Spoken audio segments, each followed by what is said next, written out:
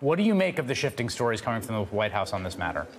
Well, I think the discussion that you've had this evening really does define what is absolutely wrong with this White House. The lies, the distortions, the confusion, the chaos, it is pathetic. And of course, they are all being revealed in what is an attempted cover-up. Who knew what and when did they know it?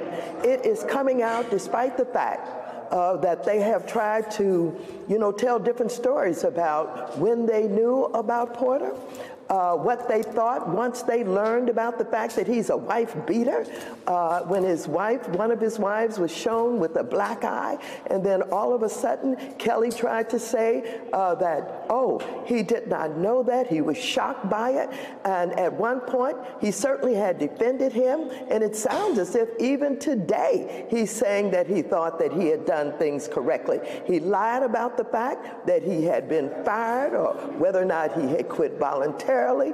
And then Sarah Huckabee Sanders, who have tried to defend somebody, everybody, all of those who are involved in this confusion, has just made it more difficult for anybody to believe them. But of course, I want you to know I've never believed Kelly. Don't forget, he is the one that lied on a Congresswoman and said that she was an empty barrel, and then supposedly quoted what she had said, only to have been found to have lied when the video was shown about her speech that day. And he has refused to apologize. So he has no credibility.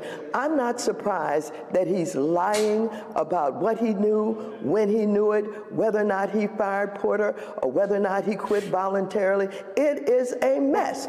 The fact of the matter is, Porter was a wife beater.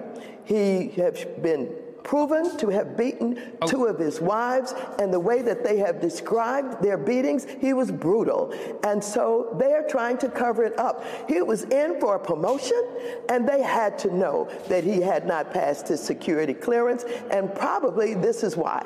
I should note that he denies the allegations. It is alleged, at least as far as we are concerned journalistically, although there is corroborating evidence from both of the women, Colby Holderness and Jennifer Willoughby, both who have been very courageous in telling their stories. What do you think it says that the president has spoken about this twice, once defending Porter and saying he was very sad, once bemoaning the lack of due process? The White House says they take domestic violence very seriously. The president hasn't said anything of the sort. He ignored questions about it today. What do you make of that? Well, this president does not have a record of support for women. He has demeaned women. He has supported those who have violated women. Don't forget, he supported a pedophile candidate for the United States Senate. So whether we're talking about spousal abuse or wife beatings, or whether we're talking about the violation of women and children, he does not have a record of having supported women anytime, any place, anywhere. And no, he's not said anything about the victims because he really does not care.